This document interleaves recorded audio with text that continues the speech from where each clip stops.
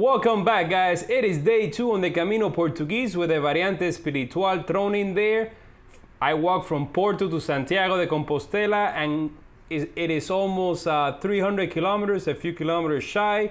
Took me 12 days to get there. As you can see here on the map, you have different points to start from. Some people start from Faro, not as many as you may think.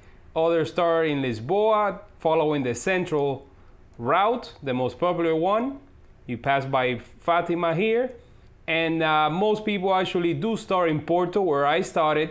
12 days to get to Santiago. Here's the Variante Espiritual. It is only 2 days because then you get to take a boat, following on the saint's footsteps. As you can see, I was following these 3 different routes. The blue one is the central route, the most popular one, followed by the coastal one, which is the red one. I was doing the Litoral, which is pretty much bordering the entire coast as much as possible. And then you have the yellow ones that are the ones that people use to jump back and forth between them, depending on the weather. Day 1 was from Portos to Labruge, a beautiful day. And today is gonna be a 15-kilometer day to Póvoa. I woke up super late and I left the Albergue at 9 in the morning, since I knew I had plenty of time before making it to Póvoa. Around 3 p.m. The Albergue did not open until 2 in the afternoon, so if I would have gotten there earlier, I would have had to wait. I was the last one out the door, the Albergue. I stayed here with about 14 other pilgrims.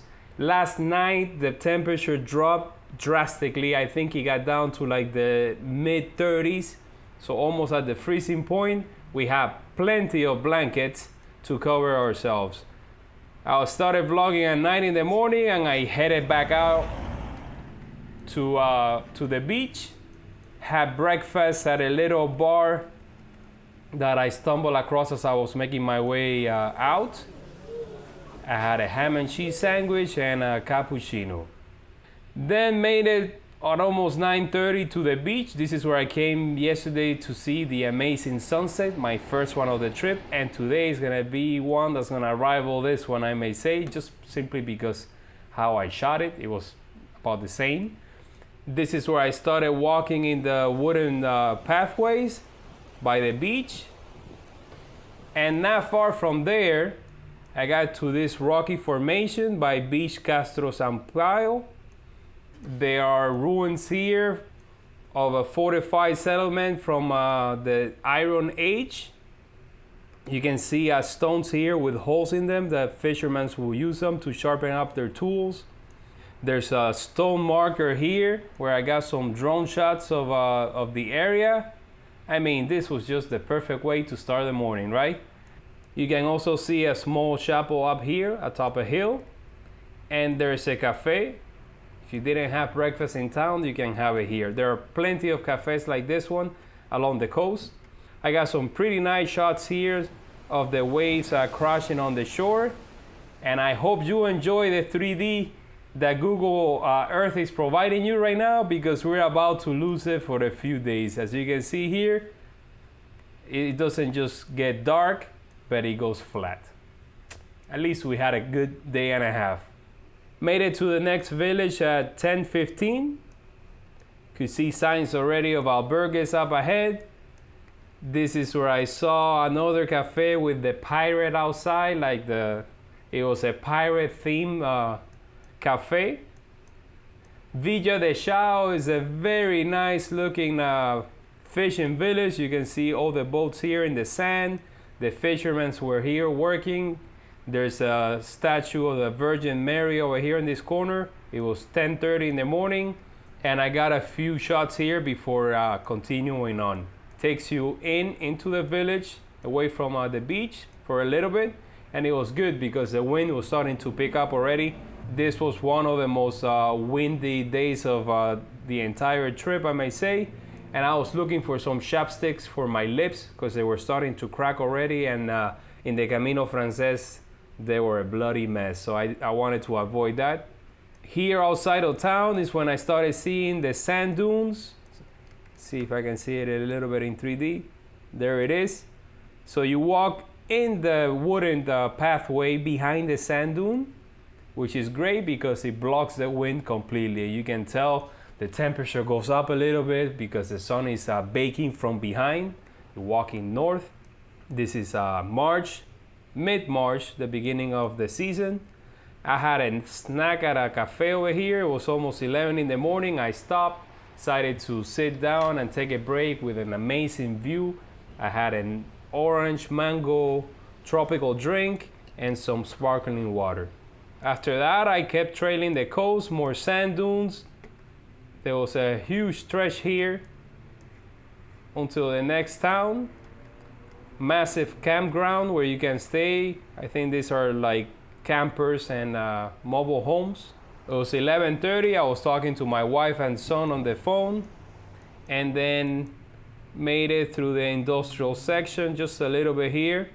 Took a 5-minute break here facing the town of Vila do Conde. This is a town where a lot of pilgrims stay. There are plenty of places, as you can see. They have an albergue. This is the Santa Clara Convent.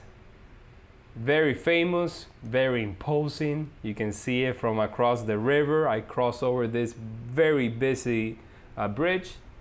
It had a pathway, a sidewalk, so no worries there. And here, as you can see in 3D, they also have here the ruins of an aqueduct. Didn't know about it at the time. I wish I would have known. I would have gone there and got some amazing drone shots. But I deviated from the Camino because I wanted to visit a fort down here. Saw a few of the pilgrims that were staying in the same albergue as I was here in front of this hostel. I think they were just having lunch, a lunch break. I continue on. This is where I saw very nice looking replica. It feels like you're in Pirates of the Caribbean or something like that. Got some 360 pictures and video. Then continue on walking. Here's a temple. This was a very nice walk following the river to the delta. Took a little break here. There was a bathroom here that I passed by, you know. And then around 1:30, this is when I got to the fort. There's a restaurant here. It was a little bit expensive, so I didn't eat there. There's a chapel on this side, and also there's a lighthouse. Got some drone shots here. Forte de São João. Waves crashing here on the shore. Very nice looking fort, I might say. And then continue on walking, following the main road. This whole section right here reminded me so much of Brazil, or vice versa. And then made it here to Póvoa. Saw a very playful dog over here.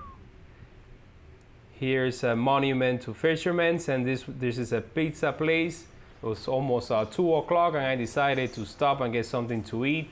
I had a very nice pizza and some beer, and then continue on walking straight away from the shore, just getting some shade too, until I made it to this church, Dos Navegantes. It was closed. I was trying to get inside and see if I could get some a stamp, but I couldn't get in. So then here I rejoined the coastal, walked by the marina, made it past this other church where I got a very nice drone shot in the afternoon, right next to the marina. Was recording here with the Insta360 1X following me. You guys like those shots? Because to me, it's just incredible how it feels like I have like a spark, like a small drone following me the whole time. And then finally, around 3 p.m., I was in town. There's a casino here.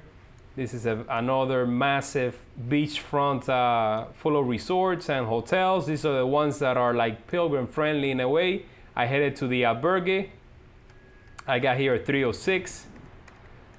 And I was one of the first ones in. And if I show you with the Insta360 software, this is like the reception. I came in and I got my stamp. Here's a stamp. If you're wondering how I took this picture, check this out. Here I am. I got the selfie stick through the hole and took the picture with the phone. Very nice. You can see these pictures in my website at frankgonzalez.com or in VR TV. I have an account there. This was my room. I was in a tiny room with 2 bunk beds, enough room for 4 pilgrims. But thankfully for me, I was here by myself. I got a key. The only downside was that these windows were very bright. There was no way to cover them. So at night, you know, you had to kind of face this way. You had to face the front door. The bathroom is right here. You're sharing it with the pilgrims on the other room. There's a kitchen here in this albergue where you can make yourself some food. Here you can dry your clothes. Plenty of tables here for those good old pilgrim meals, communal meals. And there's also like an area to hang out. Read a book, write down your thoughts, work on your diary, you know, transfer some footage. So yeah, I took a shower. I was here for a couple of hours before I decided to head out and explore the town a little bit. I found a pharmacy here, and this is where I bought the chapstick that I needed. Here it is. Came in very handy and helpful, helped me prevent my lips from cracking up. Then I walked down the beach. Wanted to get the sunset. I still had an hour or so before the sun went down. I think it was like 5 o'clock in the afternoon, and from here I started flying the drone. I got some establishing shots of here, of the beachfront, of the lighthouse on this side, of the marina, and the church that I had told you about. And for dinner, I had a leftover pizza. I was by myself in the room. I did laundry. I hanged it out the window, the small balcony that I had, but unfortunately for me, they didn't dry. And that was day 2 in a nutshell. Very beautiful and scenic day, I may say. The wind is not as bad as you may think. It is the only thing that I was struggling with because the temperature was nice and cool, perfect for walking. Did not see as many pilgrims today as I saw yesterday, but that's about to change. From tomorrow on, I'm gonna start walking with 2 Germans. So I guess I'll see you on the next video.